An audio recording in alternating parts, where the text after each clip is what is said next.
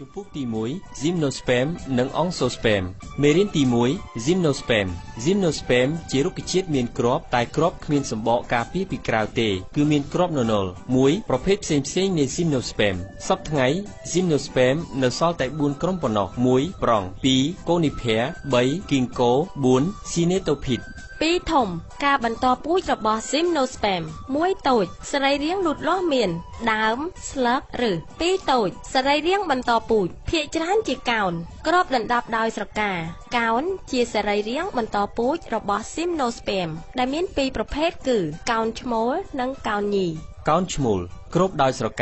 កានីមួយៗផ្ទុកថង់លំអង2គឺ Microsporon ផលិត Microspore គ្រាប់លំអងដែលមានកោសិកា2គឺកោសិកាបន្តពូជនិងកោសិកាលូតលាស់កោសិកាបន្តពូជឲ្យកំណើតជា Spermatozoid Onterozoid 2ត្រូវដឹងគ្រាប់លំអងនីមួយៗគឺជា Gametophyte ឈ្មោលព្រោះវាបង្កើត Gamete ឈ្មោល Spermatozoid ស្រកានីមួយៗផលិតគ្រាប់លំអងបានរាប់ពាន់កោណញីគ្របដណ្ដប់ដោយស្រកានីមួយៗមានផ្ទុកអូវលហៅថាស្រកាកេសរញីស្រកាទាំងពីរនេះមានសភាពបើកចំហជានិច្ចគ្មានអ្វីបិទបាំងការពារទេគេថាវាជាអូវលននល់Megasporocyte ជាកោសិកា Mediploid ដែលស្ថិតនៅចំកណ្ដាល Nodes នៃ Oval ធ្វើមេយោផ្ដល់បានកោសិកា Aploid 4 Macrospore 4ក្នុងចំណោម Macrospore ទាំងនោះ Macrospore 1លូតលាស់คล้ายជាម៉ាស់កោសិកាហៅថា Protalgneក្នុងប្រូតាល់មានអាកេកូនដែលមានក្រពេញផលិតអូអូស្ហ្វែរត្រូវដឹងអូវលជាសរីរាង្គដែលផ្ទុកអូអូស្ហ្វែរដូច្នេះគេថាវាជាកាម៉ែតតូភីតញីឬមេហ្គាកាម៉ែតតូភីត3តូចវដ្តជីវិតរបស់ Gymnosperm ដំណើរលំអងច្រើនប្រព្រឹត្តទៅដោយសារខ្យល់គ្រាប់លំអងដែលធ្លាក់ពីកោណឈ្មោលបានផ្ដុំនៅក្នុងសារធាតុល្អិតដែលផលិតដោយអូវលគ្រាប់លំអងពន្លូតជាបំពង់លំអងក្នុងបំពង់លំអងមាន Spermatozoid 2ដែលកើតពីចំណែកកោសិកាបន្តពូជបំពង់លំអងឆ្លងកាត់នុយសែលរហូតដល់កអាកេកូននៅទីនោះកោសិកាលូតលាស់និង Spermatozoid មួយត្រូវងាប់ឯ Spermatozoid មួយទៀតរលាយជាមួយអូអូស្ហ្វែរដោយផ្ដល់ជាស៊ុតលូតលាស់នៅក្នុងស្រកាកោណញីស៊ុតលូតលាស់ជាអម្ព្រីយ៉ុងដែលជាផ្នែកមួយនៃគ្រាប់កោណញីស្ថិតនៅលើដើមរហូតដល់គ្រាប់ទុំ Gymnosperm មួយចំនួនត្រូវការរយៈពេល2ឆ្នាំទម្រាំដល់គ្រាប់ទុំពេលគ្រាប់ទុំស្រកាបើកខ្យល់អង្រួនគ្រាប់ឲ្យធ្លាក់ពីស្រកាហើយបក់នាំទៅឆ្ងាយគ្រាប់តិចតួចប៉ុណ្ណោះដែលធ្លាក់លើដីក្រោមដើមកាលណាលក្ខខណ្ឌសមស្របវាលូតលាស់ទៅជារុក្ខជាតិថ្មី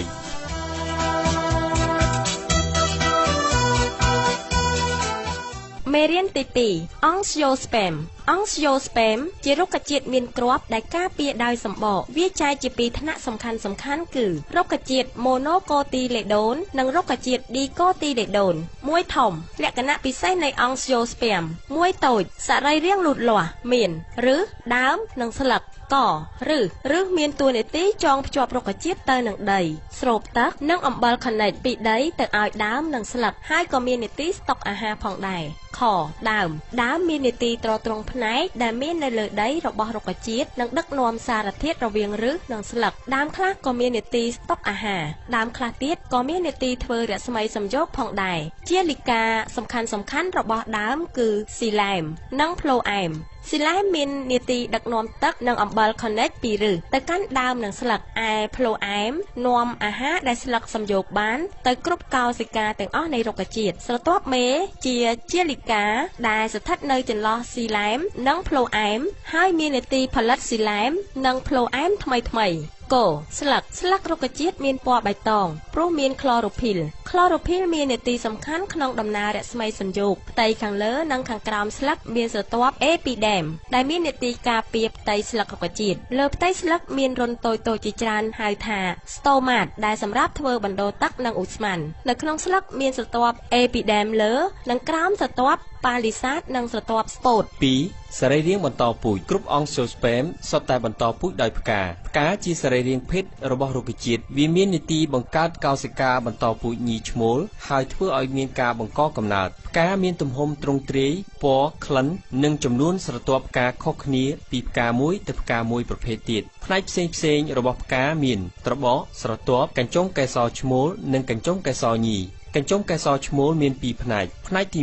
1ជាសរសៃឆ្មាហៅថាទងកែសរឈ្មោលផ្នែកទី2ជាថង់ស្ថិតនៅខាងចុងទងកែសរឈ្មោលហៅថាផ្លោកលំអងផលិតគ្រាប់លំអងកញ្ចុំកែសរញីមាន3ផ្នែកផ្នែកទី1ជាផ្នែកកំពូលនៃកញ្ចុំកែសរញីហៅថា stigmat ផ្នែកទី2ជើងទម្ររបស់ stigmat គឺកែសរញីផ្នែកទី3ផ្នែកបាតនៃកញ្ចុំកែសរញីគឺ ovar ផលិត oval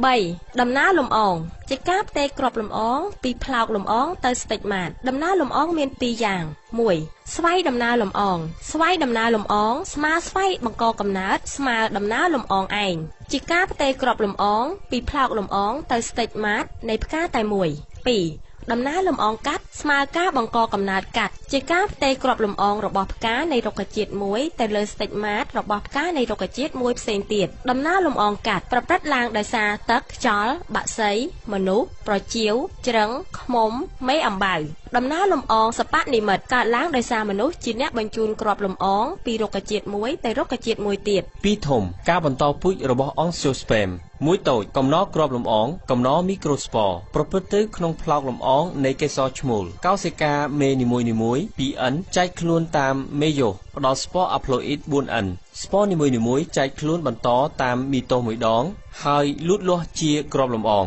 គ្រាប់លំអងនីមួយៗត្រូវមានណូយ៉ូ2គឺណូយ៉ូលូតលាស់និងណូយ៉ូបន្តពូជគ្រាប់លំអងនេះគឺជាកាមេតូភីតឈ្មោលពេលគ្រាប់លំអងនេះទុំផ្លោកលំអងផ្ទុះហើយបញ្ចេញគ្រាប់លំអងទៅក្នុងខ្យល់2តូចកំណរអំព្រីយ៉ុងនិងកាម៉ែតញី Oval ស្ថិតនៅក្នុង ovar ផ្នែកខាងលើឬក្រោមនៃ oval នីមួយៗ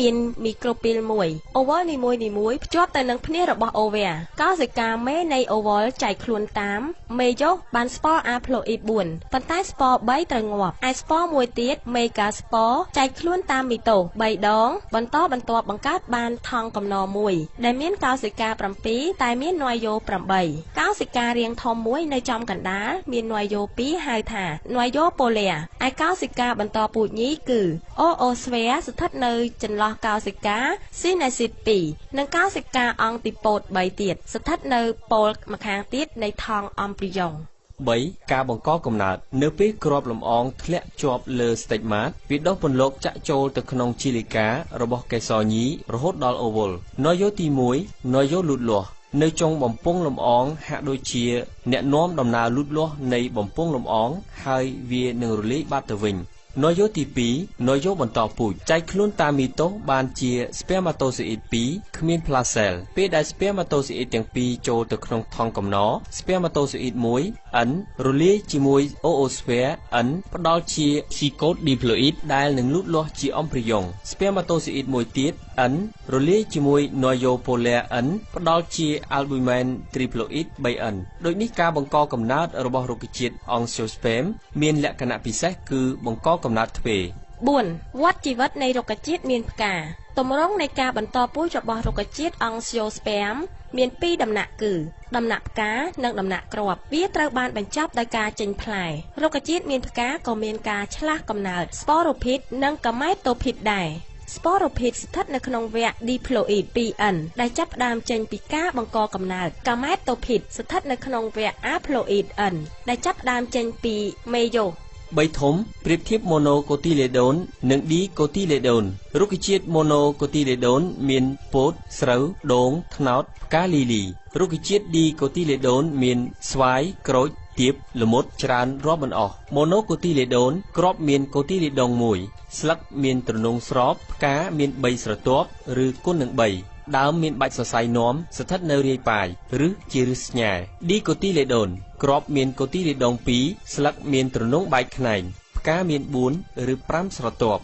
បាច់សរសៃនាំស្ថិតជារង្វង់ឬជាឫសកែវ4ធំផលប្រយោជន៍របស់រុក្ខជាតិមានគ្រាប់រុក្ខជាតិ Gymnosperm ជាពិសេសពួកស្រល់មានប្រយោជន៍ណាស់ក្នុងការផលិតក្រដាសធ្វើគ្រឿងសង្ហារឹមសំណង់និងអាចចំហុយចេញជាប្រេងសម្រាប់លាបផ្ទះរុក្ខជាតិ Angiosperm ជាប្រភពអាហារដ៏សំខាន់ជាបន្លែផ្លែឈើគ្រាប់ធញ្ញជាតិជាប្រភពធ្វើជាសម្លៀកបំពាក់និងឱសថព្យាបាលជំងឺធ្វើជាសរសៃអំបោះកប្បាសជ័រកៅស៊ូយកទៅធ្វើកង់ឡានឬផលិតផលផ្សេងទៀតក្រញូងបេងនាងនួនយកទៅធ្វើសំណង់និងធ្វើគ្រឿងសង្ហារឹមដ៏ប្រណិតជំពូក2 តម្រូវការផ្សេងៗរបស់សារពាង្គកាយ